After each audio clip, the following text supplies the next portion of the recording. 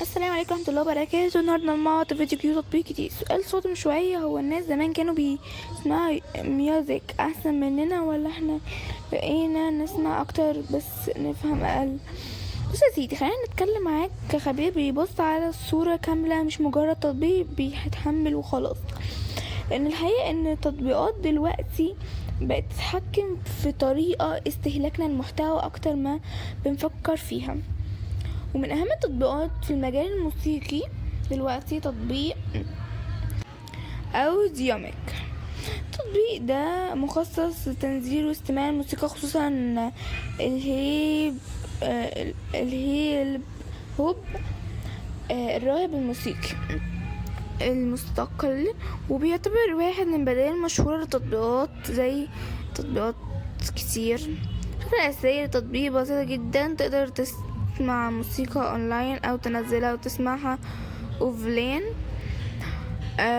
وده مفيد جدا لو الانترنت عندك مش ثابت او عايز توفر باقة بيانات. من ناحية تقنية، تطبيق بيجمع بين مكتبة موسيقية ضخمة ذات نظام توصيل بيقترح عليك أغاني حسب ذوقك، وده بين على خوارزميات تتعامل مع سلوك. بنخش في المهم، ازاي نستخدمه صح. اول حاجة بعد التحميل بتعمل حساب بسيط او تدخل كضيف، وبعدها تبدأ تدور على الاغاني او الفنانين. اما نصيحة مني ليك، ما تعتمدش اول اقتراحات، بس لازم النظام بيبين على كل بتسمعه. فلو بتبدأ بحاجة معينة تفضل في نفس الدايرة، في جرب تغيير وتستكشف.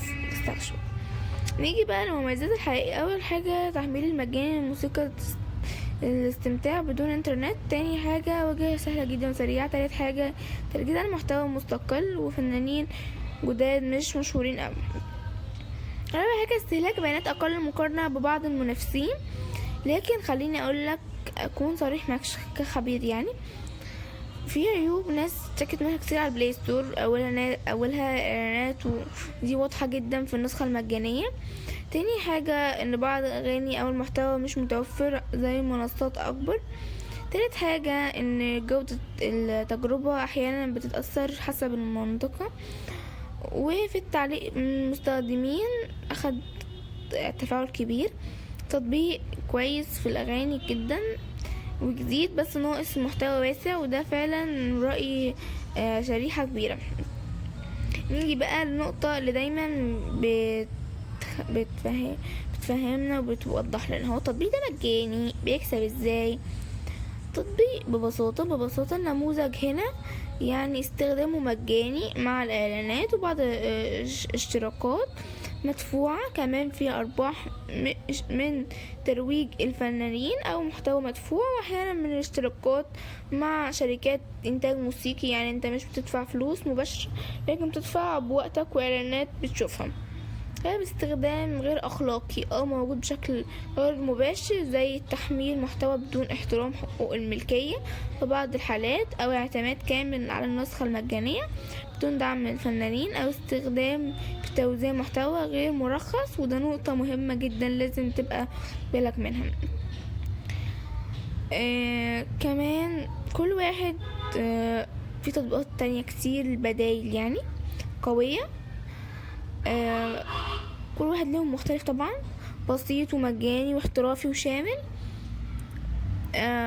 ابحث عنهم بجد تحفة. في النهاية نرجع للسؤال اللي بدأنا بيه، هل احنا بنسمع ميوزك اكتر من زمان؟ الإجابة مش في الكمية، الإجابة في الوعي. لازم كان الاختيار أقل لكن أعمق، دلوقتي اختيار أكبر لكن مشتت. لو الفيديو ده خلاك تبص للموسيقى بطريقة مختلفة، اعمل لايك واشترك في القناة، لان اللي جاي هيخليك تفهم التكنولوجيا بشكل اعمق بكتير. سلام يا صاحبي.